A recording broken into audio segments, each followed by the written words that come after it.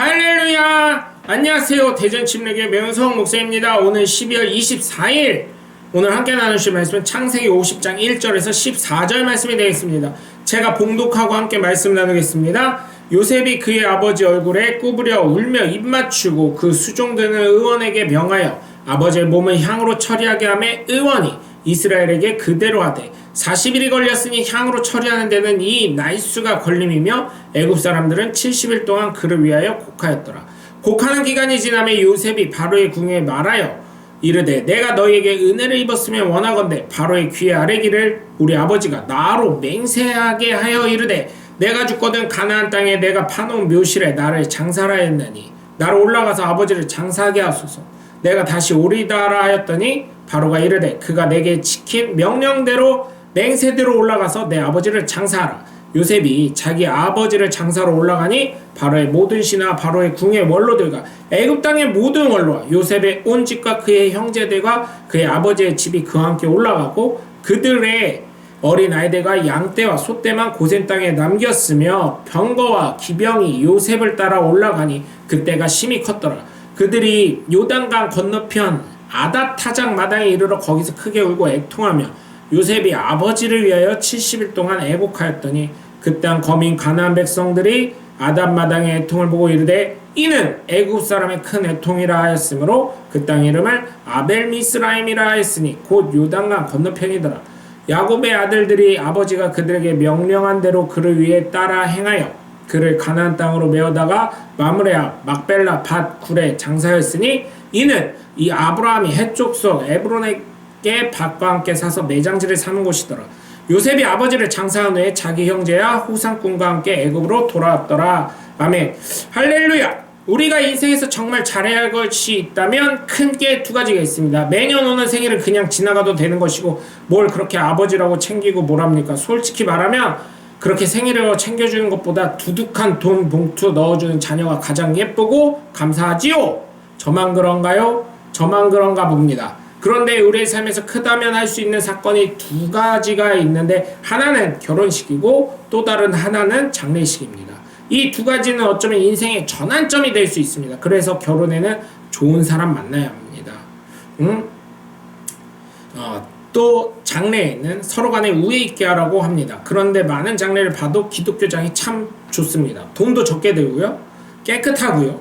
그리고 은혜도 있습니다. 여러분 제발 유언을 잘 남겨놓으시길 바라요. 항상 유언을 잘 남겨놔야 합니다. 그래서 여러분 장례를 통해서 하나님의 은혜와 사랑이 넘치길 위해 늘 준비하시고 함께 하시는 가족들에게도 본인의 분명한 뜻을 나타내시길 주 예수 그리스도의 이름으로 간절히 부탁을 드립니다. 첫 번째, 야곱의 장례를 통해 요셉은 아버지의 약속을 지킵니다. 그렇게 한 이유는 요셉 역시 다시금 가나안 땅에 들어가야 됨을 알고 있기 때문입니다. 그래서 요셉은 바로 왕에게까지 허락을 받으며 약속의 땅이며 자신의 조상들이 장례를 지낸 곳으로 아버지 시신을 들고 올라갑니다. 이와 마찬가지로 우리는 하나님의 약속의 땅, 우리의 본향인 하나님 나라에 반드시 들어가야 될 줄 믿습니다. 오늘 본문 1절에서 6절까지 보시면 요셉이 아버지 야곱을 의원에게 말해서 향으로 그 시신을 처리하라고 했습니다. 그 기간이 40일 걸렸고요. 애굽 사람들은 70일 동안 야곱을 위해서 애곡했습니다. 곡하는 기간이 지나자 요셉은 바로에게 허락을 받고 그 아버지가 말씀하신 그 막벨라 굴에 들어가게 되죠.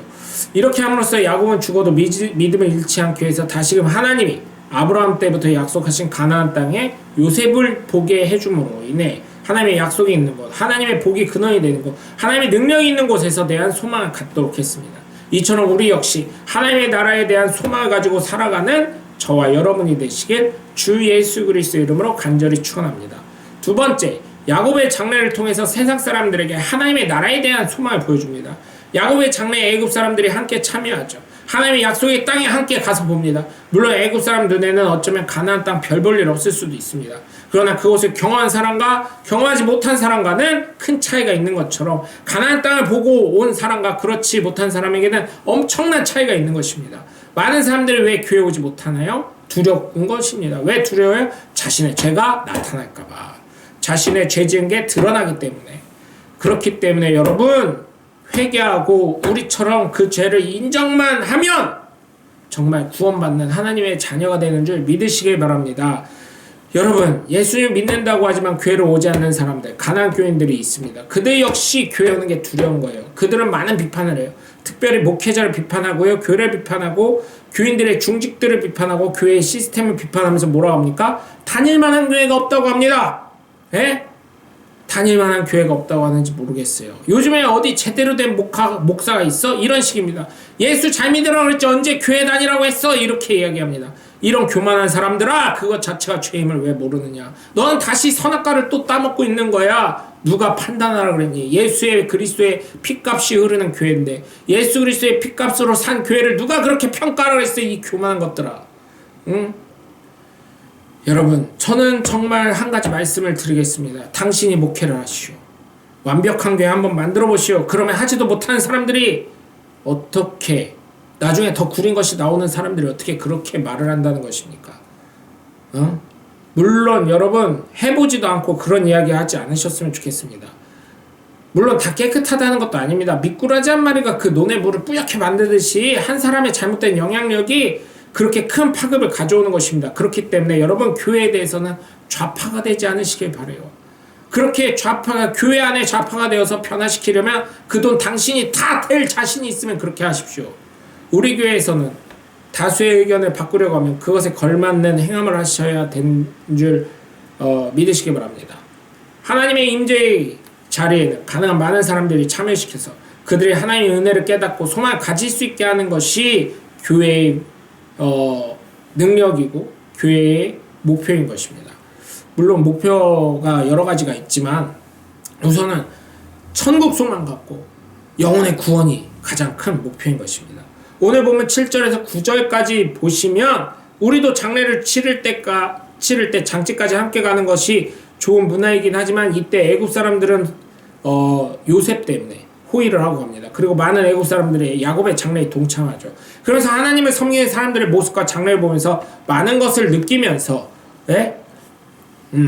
하나님의 은혜를 깨닫게 되는 것입니다. 천국에 대한 소망을 갖게 됩니다. 그래서 어떻게든 안 믿는 사람들이랑 같이 예배를 드릴 수 있는 기회를 자꾸 우리는 제공해야 될 줄 믿습니다. 그 예배를 들으면서 임재하시는 하나님의 은혜, 교인들의 나눔의 모습, 하나님 나라에 관한 소망을 가지고 살아갈 수 있도록 해줘야 될 줄 믿습니다. 그렇게 함으로써 잃어버린 하나님의 자녀들이 회복되고 또한 그들이 예수를 믿고 교회를 나와서 하나님께 존귀하게 드려지는 하나님의 귀한 영혼들이 될 수 있도록 우리가 믿음의 표본이 되시고 또한 우리 주변에 있는 많은 사람들에게 덕을 쌓을 수 있는 저와 여러분이 되시길 주 예수 그리스도 이름으로 간절히 축원합니다. 세 번째로 야곱의 장래를 통해서 믿음의 계승이 이루어가는 야곱의 자녀들이 됩니다. 이런 죽음은 멋진 죽음이에요. 이런 죽음은 하나님의 은혜가 확실히 증거가 됩니다. 아버지 야곱의 말씀 그대로 지체하지 않고 순종하면 모든 것을 다 하죠. 아버지 야곱의 말씀 그대로를 행하고 그 장지를 봅니다. 그때 아들들의 생각 어땠을까요? 아마 이랬을 거예요. 첫째로는 아버지는 이 장지가 뭘 그렇게 중요하다고 생각했을까? 둘째로 나도 죽으면 이곳에 묻혀야 되는구나. 그리고 그 속뜻은 무엇입니까? 표면적인 내용은 가문의 전통을 따르는 것이면 영적인 눈으로 보면 그들의 삶은 아버지 야곱의 하나님을 의지하고 믿고 인도하심을 받아 산 것처럼 나 역시 그래야 되겠다는 믿음의 고백이 있다는 것입니다. 그래서 여러분, 교회는 부흥해야 되고 성장해야 되고 물질이 부족하지 말아야 할 이유가 무엇인지 아십니까? 교회 자체적으로 낙골당도 만들어야 되고요, 장례식장 만들어야 되고요, 요양원도 해야 되는 것입니다. 그래서 교회를 위해 헌신하신 분들에게 믿음의 그 헌신을 통해 많은 자녀들이 다시금 믿음의 자리로 돌아올 수 있도록 해야 되는 것이에요. 교회의 역사에 발자취를 남기는 것이고 그것에 묻힌 믿음의 영광이 남도록 하는 것입니다. 물론 그것에 대한 모든 권한이 교회에 있어야 되는 것이에요. 물론 그게 명문화가 되어 있어야 되죠. 그래서 교회의 여러 가지 시설과 영향력을 통해 믿음에서 이탈했던 사람들이 다시금 정말 믿음의 교회로 다시금 올 수 있도록. 오늘 보면 10절에서 14절까지 보시면 아다 타작 마다에서 그 장례하던 사람들이 울고 요셉이 70일 동안 애곡하죠. 야곱의 아들들이 아버지 야곱의 명령한 대로 다 항하죠. 그리고 다시금 애굽으로 돌아옵니다. 이처럼 그들은 야곱으로 장례를 치르면서 다시금 아버지의 유언과 부탁하신 그리고 명령에 순종합니다. 아버지의 믿음을 이어갈 생각으로 의식적이든 무의식적이든 했을 것입니다. 그렇게 죽더라도 제발 믿음에 대한 이으시길 정말 주 예수 그리스도로 부탁을 드립니다. 그래서 여러분 정말 믿음의 감을 해달라고 기도하실 때만 잊지 마시고 기도하시고 가장 소중한 믿음을 지켜나가시는 저와 여러분이 되시길 주 예수 그리스도 이름으로 간절히 축원합니다. 내일은 성탄절이네요. 하나님의 은혜와 축복과 평강이 저와 여러분 모두에게 임하시길 주 예수 그리스도 이름으로 간절히 축원합니다. 메리 크리스마스!